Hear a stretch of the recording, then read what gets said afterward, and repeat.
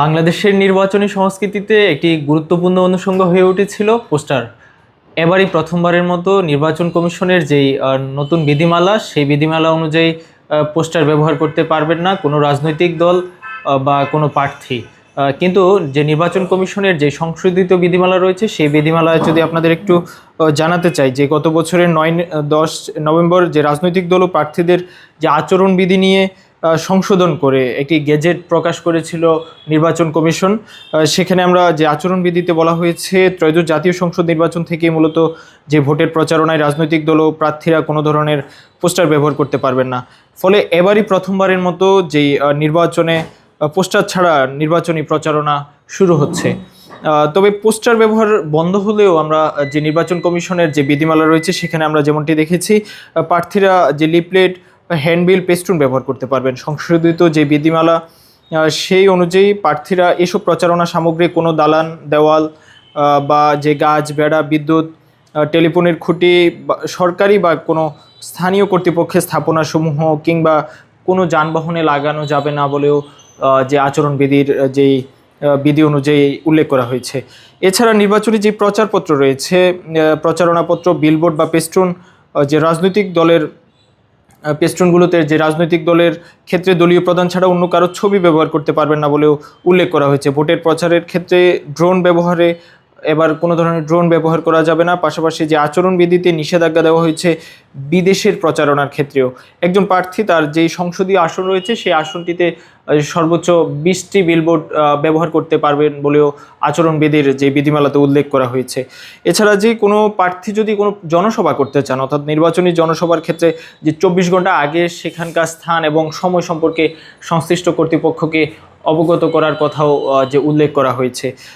পাশাপাশি যে প্রজ্ঞাপন অনুযায়ী কোনো প্রার্থী বা তার পক্ষে কোনো নির্বাচনী এলাকায় যদি একক কোনো জনসভায় একই সঙ্গে 3টির বেশি মাইক্রোফোন বা যে সাউন্ড সিস্টেম যে ব্যবহার করতে পারবেন না বলেও প্রজ্ঞাপনে উল্লেখ করা হয়। ইসির যে সংশোধিত আচরণ বিধিমালায় যানবাহনের যে ব্যবহার প্রচারণার ক্ষেত্রে, সেইখানেও মূলত বেশ কিছু ধারা নতুন করে যুক্ত করা হয়েছে। এতে বলা হয়েছে যে নির্বাচনী প্রচারণায় কোনো বাস, ট্রাক, যে নৌযান, মোটরসাইকেল বা অন্য কোনো যান্ত্রিক বাহনের সহকারে কোনো মিছিল, জনসভা বা কোনোরূপ শোডাউন দেওয়া যাবে না বলেও উল্লেখ করা হয়েছে।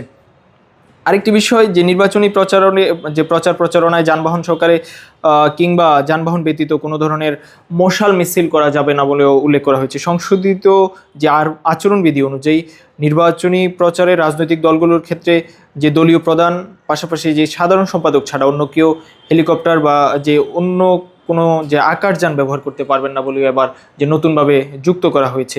সামাজিক যোগাযোগ মাধ্যমে এবার আমরা যে প্রযুক্তির যে বদলতে যে পরিবর্তন, আসলে সেই পরিবর্তনে সামাজিক যোগাযোগ মাধ্যমে প্রার্থীদের যে প্রচারণা সাম্প্রতিক সময়ে আমরা তফসিল ঘোষণার পরপরই দেখতে পেয়েছি, সেই বিষয়টি নিয়েও নির্বাচন কমিশন সুনির্দিষ্ট কিছু বাধা নিষেধ আরোপ করেছেন। যে নির্বাচনী প্রচারণায় সামাজিক যোগাযোগ মাধ্যম ব্যবহারের ক্ষেত্রে বেশ কিছু নতুন করে ধারা যুক্ত করেছেন। আমরা যেমনটি দেখেছি, কোনো প্রার্থী তার প্রচারণায় সংশ্লিষ্ট কোনো বিষয়ে অসৎ উদ্দেশ্যে কৃত্রিম বুদ্ধিমত্তা অর্থাৎ AI এর ব্যবহার করা যাবে না বলে উল্লেখ করা হয়েছে। পাশাপাশি যে ঘৃণা বা বিদ্বেষপূর্ণ বক্তব্য, ভুল তথ্য বা কারো চেহারা বিকৃত করা, নির্বাচনী সংক্রান্ত বানোয়ার তথ্য, কোনো রকম ক্ষতিকর কন্টেন্ট তৈরি ও প্রচার করতে পারবেন না বলেও উল্লেখ করা হয়েছে। এছাড়া একইভাবে ধর্মীয় বা জাতিগত অনুভূতির অপব্যবহার করা হয় এমন কোনো কর্মকাণ্ড করতে পারবেন না বলেও যে উল্লেখ করা হয়। সব মিলিয়ে যদি আপনাদের একটু বলতে চাই, মূলত আগামীকাল অর্থাৎ 22 জানুয়ারি থেকেই মূলত যে প্রচারণা শুরু হচ্ছে। আবার না, সব মিলিয়ে যদি আবার বলতে চাই আপনাদের, যে ত্রয়োদশ জাতীয় সংসদ নির্বাচনের যে তফসিল রয়েছে, সেই তফসিল অনুযায়ী শুরু হচ্ছে প্রচারণা শুরু হচ্ছে। সেখানে প্রচারণা চালানো যাবে 10 ফেব্রুয়ারি সকাল 7:30 পর্যন্ত। পাশাপাশি যে 12 ফেব্রুয়ারি সকাল 7:30 থেকে বিকেল 4:30 পর্যন্ত ভোট গ্রহণ অনুষ্ঠিত হবে।